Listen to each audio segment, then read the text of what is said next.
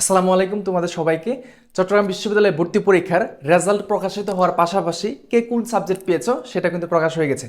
আজকে আলোচনা করব এবং কোন বিষয়ে লাস্ট অবধি কোন সাবজেক্টে পেয়েছে এটা নিয়ে আজকে আলোচনা করব। তুমি দেখতে পাচ্ছ বি ইউনিট সাধারণ আসনে মেরিট লিস্ট বিস্তারিত আজকের এই ভিডিওতে। প্রথমেই যে স্লাইডটা আমরা দেখছি সেটা হচ্ছে বাংলা। ধরো হচ্ছে অনেকেরই চয়েস লিস্টে প্রথমেই থাকে, সেটা হচ্ছে বাংলা। এই বাংলায় ধরো লাস্ট মেরিট পজিশন হচ্ছে 303, অর্থাৎ যার কিনা 303 পর্যন্ত মেরিট পজিশন ছিল সে এই বাংলা সাবজেক্টটা পেয়েছে। পাশাপাশিভাবে ইংলিশ যেটা সেটা হচ্ছে 1497 যার মেরিট স্কোরটা ছিল বা মেরিট পজিশনটা ছিল সে কিন্তু পেয়েছে। তারপর হচ্ছে হিস্ট্রি যেটা দেখতে পাচ্ছি, হিস্ট্রিতে 522, যার মেরিট পজিশন 522 ছিল লাস্ট অবধি এই পর্যন্ত এই সাবজেক্টে এসেছে। তারপর হচ্ছে ইসলামিক হিস্ট্রি অ্যান্ড কালচার যেটা সেটা এসেছে 739 মেরিট পজিশন পর্যন্ত, এরপর আর যায় নাই। তারপর হচ্ছে ফিলোসফি যেটা, ফিলোসফি গিয়েছে হচ্ছে 844 পর্যন্ত, যাদের মেরিট পজিশন কিনা 844 পর্যন্ত আছে এবং এই সাবজেক্টের রিকোয়ারমেন্ট ফুলফিল করেছে তারা এই সাবজেক্টগুলো পেয়েছে।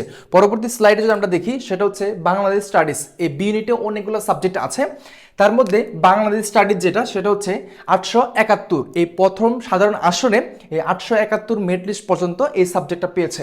তারপর হচ্ছে পার্সিয়ান ল্যাঙ্গুয়েজ যেটা 958 লাস্ট মেরিট পজিশন ছিল। তারপর হচ্ছে ইসলামিক স্টাডিজ যেটা সেটা হচ্ছে 1896।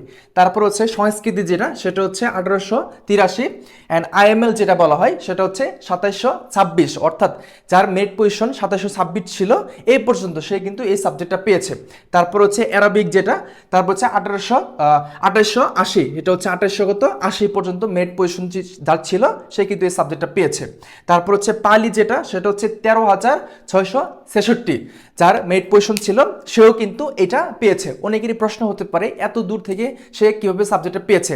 এই পালি সংস্কৃতি যারা পায় তাদের সাধারণত একটা ধর্মীয় কোটা থাকে, বিষয়টা তাদেরকে এই পালি সাবজেক্টটা দেওয়া হয়েছে। তারপর হচ্ছে আইইআর যেটা সেটা হচ্ছে 2961, অর্থাৎ 2961তম মেরিট পজিশনের আগে যারা ছিল তারা এই সাবজেক্টটা পেয়েছে। তো এই বি ইউনিটের সাবজেক্ট যে বিষয়গুলো দেখালাম সেটা হচ্ছে প্রথম আসনে যারা, অর্থাৎ প্রথম সাধারণ আসনে যে মেরিট পজিশন প্রকাশ করেছে তারা কেবল এত মেরিট পজিশন পর্যন্ত সাবজেক্টটা পেয়েছে। হতাশার কোনো কারণেই চট্টগ্রাম বিশ্ববিদ্যালয়ে প্রত্যেক বছরই 5 থেকে 6 বার মেরিট লিস্ট প্রকাশ করে। সেক্ষেত্রে যারা মেরিট লিস্টটা একটু দূরেও আছে তারা কিন্তু পাইতে পারো। আজকের এই ভিডিওটার মাধ্যমে তোমাদেরকে বোঝানোর চেষ্টা করলাম যে এতটা দূর পর্যন্ত কিন্তু সাবজেক্ট পেয়েছে, তার মানে তোমার মেরিট পজিশন 3000 উপরেও থাকে তবুও কিন্তু তোমার সাবজেক্ট আসতে পারে। দেখা হচ্ছে পরবর্তী কোনো ভিডিওতে।